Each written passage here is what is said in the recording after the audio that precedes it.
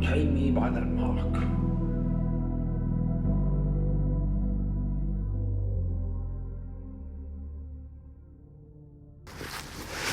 Yeah! Accepted! The offering of my brother Abel was accepted, but mine was not. What had his offering that mine did not? Am I not the eldest, the firstborn of my father and mother? Why then should he be the one who finds favor in the eyes of the Lord, and whose sacrifice is deemed acceptable by him? Are not my works, the labors of my back, the things that I deem worthy, meaningless to him? I, in all my righteousness, offered up to the Lord what he should have accepted, regardless of whether it be the firstlings of my crop or not. Being the God of the earth and sky, why doth he not grow firstlings for himself? Should sacrifice of anything be enough to please him?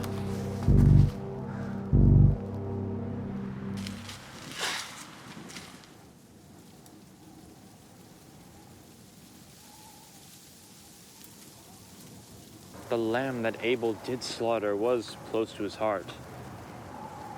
He did raise it before the day it could walk. Yet he gave up its very life, its blood, to the Lord, all to show his dedication and his love. While no, though raise it he did, he himself did not bear it, nor did he work by the sweat of his back to see it grow, to see it mature. While he sat in the shade of the trees, watching his stupid beasts feed and multiply, I was working, I was toiling, I was sweating in the fields, so that I might grow my crops to offer them as an offering to the Lord. My act of worship was worthy of his acceptance, was worthy of his respect, was worthy of his honor. Abel willingly chose to shame me, his older brother, before the eyes of the Lord. For this Abel must not go unpunished. Cain, why art thou angry? And why has thine countenance fallen? If you do well, shalt thou not be accepted? And if thou does not do well, sin crouches at the door, and its desire is for you, but you must rule over it. If you do well, will thou not be accepted?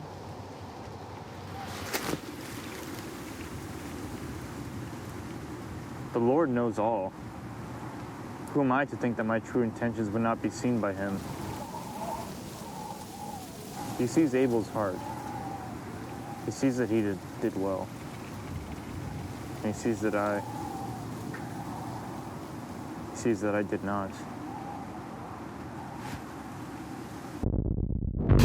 Yeah!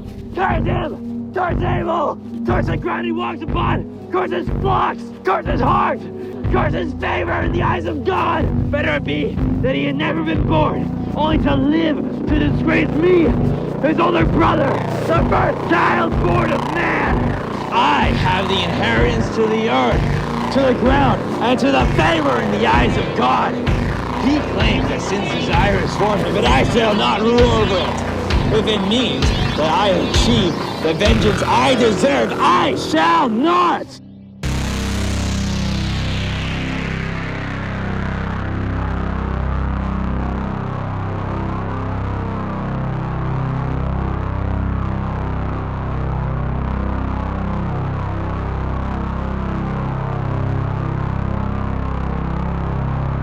Miserable little beast, thou hast been a thorn in my side, and now I shall end thee. God shall not disrespect thy offering of the slaughtered lamb, for as thou didst slay the lamb, I shall now slay thee, a sacrifice for myself. I see that sin, taking desire of you. Outrule it, wait!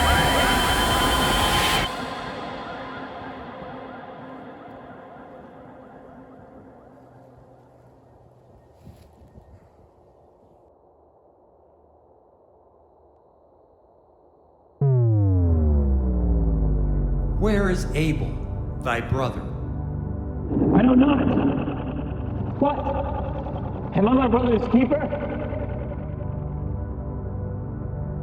Cain, what have you done?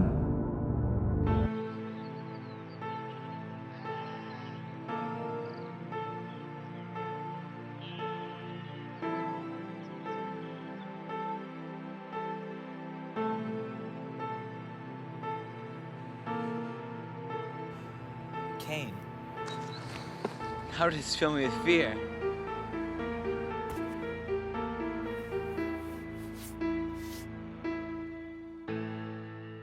Let us go out to the field.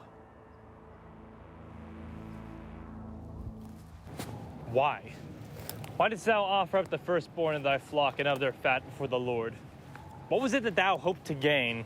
Or did thou simply hide hatred in thy heart towards the lamb that thou didst slaughter? Hatred? Nay. Surely I did love that lamb more than anything I possess. The truth is, the Lord did give that lamb unto me, as he did form it in its mother's womb, as he did you and I. He asked me to offer the best of my own. I love that lamb, but my love for him is even greater. Were those not the thoughts of thy heart when thou made thy offering? Nay. Nay. Tell me what thou speakst unto me is a lie. The words of my mouth are true. I obey the Lord. Why is that thought too hard for thee to understand?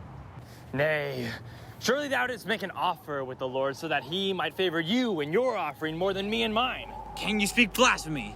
The Lord is fair, he is just, and he is perfect in all ways, as he's proven himself to be so. I simply did give unto him what he required of me, as thou should have. Why then? Why would you question his favor if that is all he asked of you?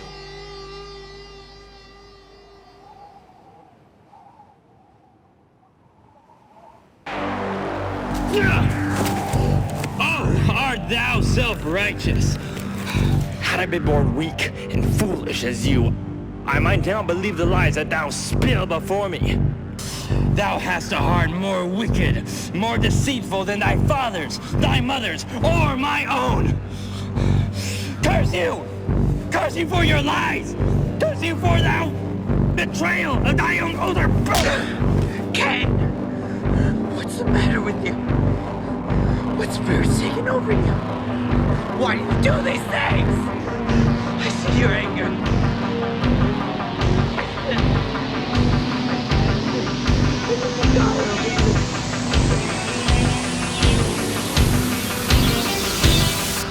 The voice of thy brother's blood cries unto me from the ground. And now thou art cursed from the earth, which has opened her mouth to receive thy brother's blood from thy hand. When thou tillest the ground, it shall no longer yield unto thee her strength. A fugitive and a vagabond shalt thou be in the earth. My punishment is greater than I can bear. Thou hast driven me from the earth this day, and from thy face I shall be hidden. And a fugitive and a vagabond I will be in the earth. And it shall come to pass that everyone who finds me will slay me. Therefore, whoever slayeth Cain, vengeance shall be taken on him sevenfold.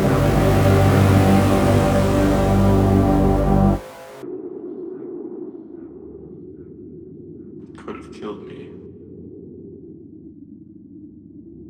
I deserved it. Could have slaughtered me as I did my brother. But he, in his justice, spared me.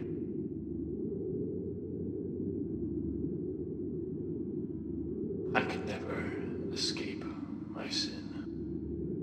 It shall follow me for the rest of my days, as will this mark. And any memory of my life in the minds of those who follow will only ever be that I, my hellish jealousy and pride, committed the very first murder. The murder of my very own brother, Abel. The gentle, godly, righteous man was the first corpse to be created by the sin of another man's hand.